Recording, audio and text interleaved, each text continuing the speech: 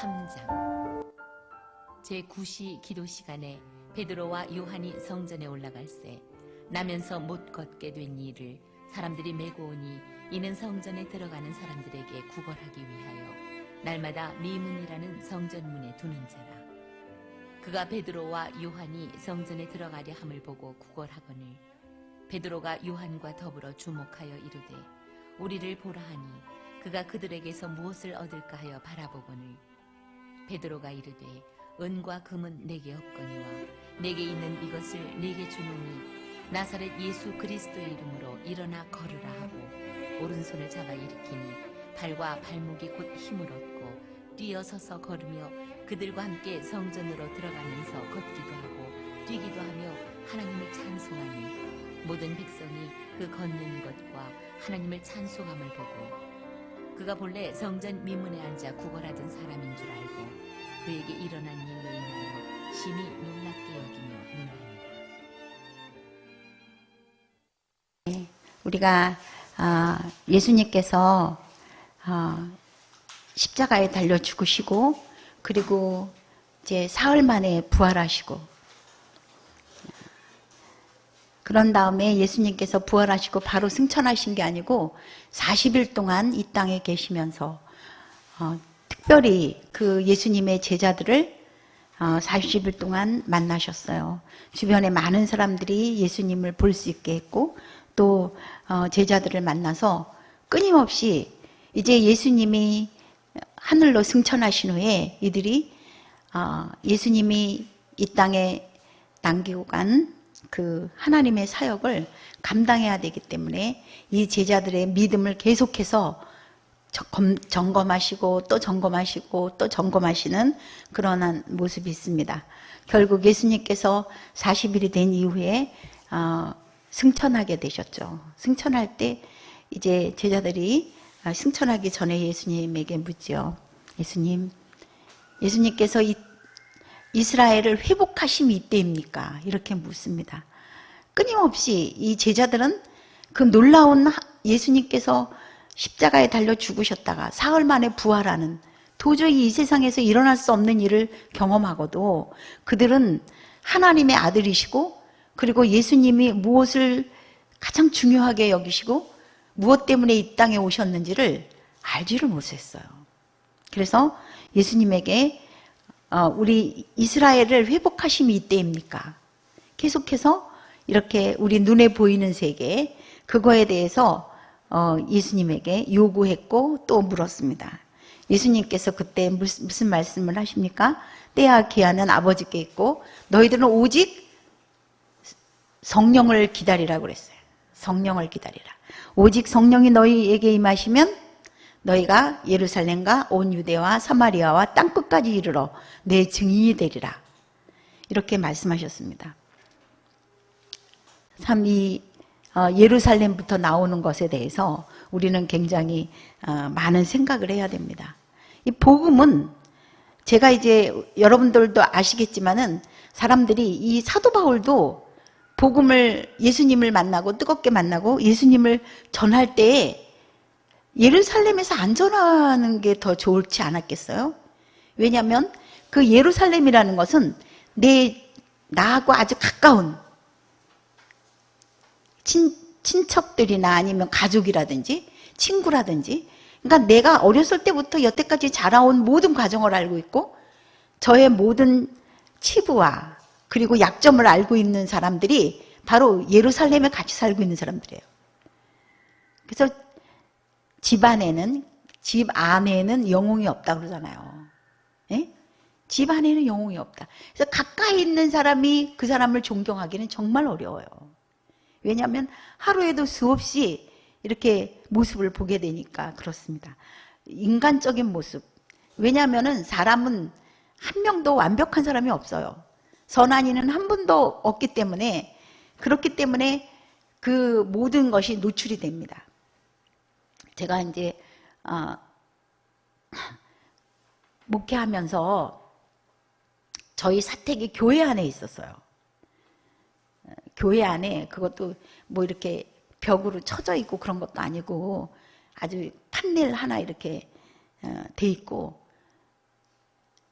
아무것도 보장이 안 되는 거죠. 아무것도 비밀이 보장되지 않는 거기 사택이었어요. 거기가 얼마나 불편한지 몰라요. 얼마나 불편하고 얼마나 그게 힘이 드는지 모릅니다. 무엇보다도 모든 것이 자유롭지 못해요. 사실 목회자들도 이 일을 하고 나서는 저녁에는 그 자유롭게 자기만의 공간이 있어야 되는데 그러니까 사택이 그렇게 가까이 있는 거는 사실 별로 좋지 않아요. 왜 그러냐면 거기가 예루살렘이기 때문입니다. 그런데 하나님께서는 그거를 좀 뛰어넘어서 예루살렘 말고 그 다음에 유대부터 복음을 전하라 그러지 않고 예루살렘부터 복음을 전하라 그랬어요. 가까이 있는 그 사람부터 복음을 전하는 거죠. 굉장히 어려운 거예요, 이게요. 그래서 아내가 제일 전도하기 힘든 사람이 남편이에요. 또 남편이 제일 전도하기 힘든 사람이 아내예요. 그래서 저도 저희 어머니가 저를 시집 보내면서 저희 아무도 안 믿는 집으로 저를 시집 보내면서 저희 어머니가 저에게 뭐라 그랬냐면 너는 시집 가는 게 아니다. 너는 그 집에 선교사로 파송되는 거라 그랬어요. 그래서 제가 그거를 늘 마음에 가졌었어요. 자, 오늘 이 복음을 전파하는 그것이 중요하고 제가 지금 이 시간에 말씀드리고 싶은 것은 성령을 받은 것에 대해서 말씀을 드리고 싶은 거예요. 2장에서 성령을 받게 되죠. 이들이 전혀 120명이 모여서 전혀 기도에 힘쓰니라. 그들이 다른 걸 안 했어요. 우리는 바빠지면 막 다른 걸 하려고 그래요. 그런데 그럴수록 바쁠수록 꼭 해야 되는 게 뭐냐? 기도입니다. 할렐루야. 꼭 기도를 해야 돼요. 기도는 하나님의 능력, 하나님의 지혜, 하나님의 힘, 하나님의 권능을 통하여 하나님이 우리를 통해서 일하실 수 있게 하는 그 능력이에요. 기도의 능력이라는 건. 그래서 그들이 전혀의 기도에 힘썼더니 예수님께서 약속하신 성령이 임하였어요. 성령이 임하고 지금 3장 1절이 나오는 건데 예수님의 제자들이 특별히 베드로가 여기 등장하잖아요. 베드로는 예수님 내가 물 위를 걸을 수 있습니다. 내가 물을 걷게 해주십시오. 아주 그 열정이나 모든 것에서 정말 말할 수 없이 내가 예수님과 같이 죽으러 가겠습니다. 내가 예수님 가는 곳이라면 어디든지 따라가겠습니다. 이랬던 베드로입니다. 그렇지만 이 성령을 받기 전에는 베드로가 누구를 살렸다든지 누구를 고쳤다든지 이런 게 없어요. 그렇죠? 자, 그런데 이 성령이 임하게 되니까 여러분 이 성령은 얼마나 이게 우리에게 귀한 거냐면 구약 시대에는 성령이 왔다가 일시적이었어요. 왔다가 가기도 했어요. 하나님께서 그 성막을 지을 때 그 브사렐과 오홀리압에게 하나님의 영을 부으셨다고 그랬어요. 어떤 일을 시킬 때 하나님의 영을 부어서 그것을 아주 잘 해낼 수 있도록 그렇게 하나님께서 하셨고 또 어떤 사람은 성령이 힘으로 임한 사람이 있어요. 누구죠? 삼손이에요. 삼손.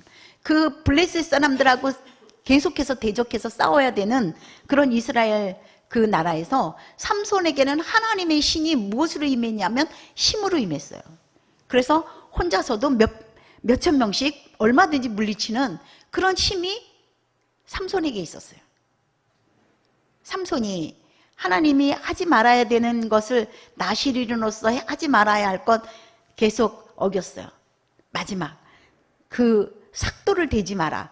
그것까지 어기고 나니까 하나님의 신이 떠났어요. 그런데 삼손은 아직도 나에게 그 하나님의 능력이 남아있는 줄 알았거든요. 그래서 여상이 뛰쳐나갔다고 돼 있어요. 그랬더니 잡혀가지고 눈알이 뽑히고 그 맷돌을 돌리는 그런 비참한 그런 것으로 떨어지게 돼 있었어요.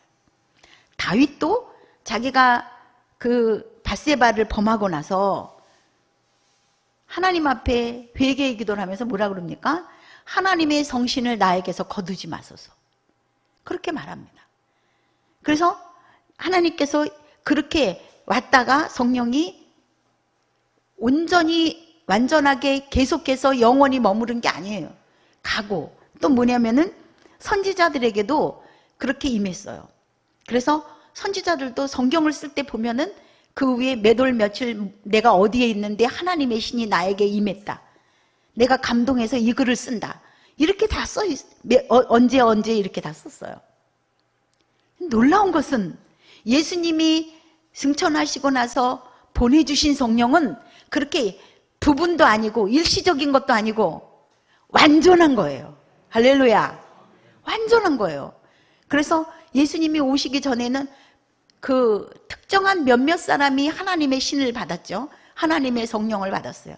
예수님 당시에는 예수님을 눈으로 보고 예수님과 만나고 만지고 그 예수님에게서 병고침을 받은 사람들도 어떻게 됐습니까? 예수님을 만났고 예수님이 어루만지시니까 그 문둥병이 나왔고 예수님이 눈에 진흙을 이겨서 발라주시고 실로암가에 가서 그 눈을 씻으라 하니까 눈이 열리고 예수님께서 손을 얹은 즉 나았어요. 예수님의 몸에 손을 대고. 그러니까 예수님하고 접촉한 사람만이 나았단 말이에요. 그랬는데 더 놀라운 것은 뭐냐? 지금은 그 성령님이 어떤 것이냐? 예수님 자체가 각 사람에게 통째로 임하는 거예요. 시간과 공간을 초월하여 예수님이 우리에게 완전히 그때는 부분적이고 일시적이고 그랬던 성령이 지금은 예수 그리스도가 십자가에 달려 죽으시고 그리고 부활하시고 승천하신 후에 그 이후에 하나님께서 약속해서 보내주신 성령은 완전한 거예요. 완전한 성령. 할렐루야. 그래서 지금은 이 베드로와 요한을 보세요. 베드로와 요한이 예수님이 같이 다니고 예수님이 옆에서 3년이나 다니는 동안에 누구를 고쳤다. 이런 거 안 나와 있어요. 그런데 그들이 물론 전도 나갔을 때 귀신을 쫓아내고 뭐 이렇게 대더이다 이렇게 와가지고 막 전도 여행 갔다 와서 예수님한테 보고하게 되어 있지만 그러나 이것을 고친 건 없어요. 근데 오늘 성전 미문에 앉아있는 이 나면서부터 앉은뱅이. 자, 이 베드로와 요한도 그때 당시 설교 한 번 하면 5,000명씩 사람들이 회개하고 돌아오는 아주 폭발적인 복음의 역사가 일어날 때예요. 우리가 몇 사람을 이렇게 행사를 하고 몇 사람을 이렇게 대접을 하고 만나고 이러는 일도요. 얼마나 힘든 일인지 몰라요. 너무너무 시간이 많이 가요. 그런데 5,000명이 하나님 앞에 그 복음을 듣고 회개하고 돌아왔다. 하루에 얼마나 그게 에너지가 소비되고 얼마나 힘들었겠어요. 그런데 이 베드로와 요한이 그러나 그들이 꼭 지켰던 게 있는데 뭐냐? 기도 시간. 할렐루야. 기도 시간을 꼭 지켰어요. 오후 3시에 기도 시간에 기도하러 올라갔어요. 얼마나 바쁜 일이 많고 해야 될 일이 많고 여러 가지 일이 많았을 텐데 그 모든 것을 접어놓고 기도 시간을 지켰어요. 기도하러 올라갔어요. 올라가는데 거기에서 나면서부터 앉은뱅이인 사람을 만나게 되었습니다. 예, 옛날 같았으면 베드로가 있는 돈 없는 돈 다 자기 거 꺼내갖고 턱 줬을 거야. 응? 너 이 돈이 필요하지? 그 성격으로 봐서 턱 줬을 거예요. 이제는 베드로가 이 사람이 무엇을 주어야 이 사람이 완전해지며 무엇을 주어야 이 사람에게 구원인 것을 알게 되었어요. 돈이 아닌 것을 알았어요. 사실은 이 사람은 돈을 원했어. 구걸하기를 원했어요. 되도록이면 많이 구걸받기를 원했겠죠. 그런데 베드로와 요한은 이제 알았어요. 성령을 받고 나니까 인간에게 있어서 먹고 마시고 입고 돈 또 육체적으로 필요한 모든 것이 우리가 생명처럼 여기는 것, 신처럼 여기는 것, 그것이 아무것도 아니라는 걸 알았어요. 더 중요한 거는 이 사람이 바로 나면서부터 앉은뱅이인 이 사람을 고쳐주는 것이 더 중요한 것이고, 고쳐주는 것으로 끝나는 게 아니라 고쳐줌으로 인해서 뭐라고 돼 있어요? 하나님을 찬미하였다 그랬대. 하나님을 찬양하였다는 거예요. 성전으로 뛰어들어가면서, 걷기도 하고 뛰어들어가면서 하나님을 찬양하였다. 그게 중요한 거예요. 그래서 뭐라고 말합니까? 금과 은은 내게 없거니와 내게 있는 것, 달게 있는 것, 이것으로 내가 너에게 주노니 주 예수 그리스도의 이름으로 일어나 걸으라. 할렐루야. 저는 이걸 읽으면서 하나님, 우리도 이 말을 할 수 있게 하십시오. 베드로와 요한이 받은 성령과 우리가 받은 성령이 같은 거예요. 조금도 다르지 않아요.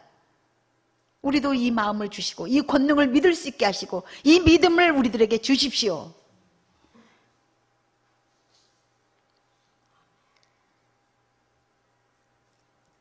그가 일어나 걸었어요. 할렐루야. 저는 우리가 계속해서 이 환우들을 기도하는 것이 왜 중요하냐. 환우들은 본인들이 이 몸을 낫고 안 낫고가 문제가 아니에요. 더 나을 수만 있으면 더 좋겠지만은 우리가 같이 기도해 주고 있는 것이 너무나 큰 힘이에요. 너무나 큰 힘이라는 걸 내가 알았어요. 우리가 같이 기도해, 내 병에 대해서 누군가 관심을 갖고 주목하고 보고 있는 사람이 누군가 있다는 거. 안진뱅이인 그 사람의 앉아있는 처지를 누군가 주목하여 보고 있다는 거. 아무도 관심이 없어요. 심지어는 자식도 형제도 관심 없어요.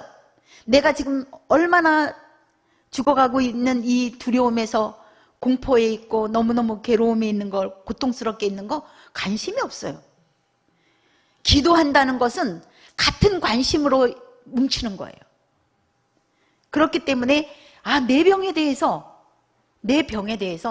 누군가 이렇게 많은 사람들이 관심을 가지고 주목하여 보고 있고 같이 기도해주고 있다는 게 저는 힘이 된다고 봅니다. 또 하나는 우리가 거기에서 기도하다 보면 우리가 안타까워서 어떤 기도를 하게 돼요? 하나님, 제발 좀 낫게 좀 해주십시오. 막 이렇게 기도하다가 성경을 보니까 하나님, 우리들에게도 그 믿음을 주십시오. 우리들에게도 예수님이 가졌던 그 긍휼을 주십시오. 우리들에게도 하나님, 우리들에게 그 믿음을 주십시오. 금보다 은보다 귀한, 그거보다 더 강한, 병원의 항암제보다 더 강한 그 믿음을 주십시오. 그 능력을 주십시오. 우리가 기도하게 된다는 것을 알게 되었습니다. 오늘 여러분들은 이제 함께 우리 하나님이 이 사역을 우리들에게 맡겼고 우리 모두에게, 우리 이성일 목사님에게 맡긴 게 아니에요. 이성일 목사님에게만 맡긴 게 아니에요. 우리 같이 기도하는 우리 모두에게 맡겼어요.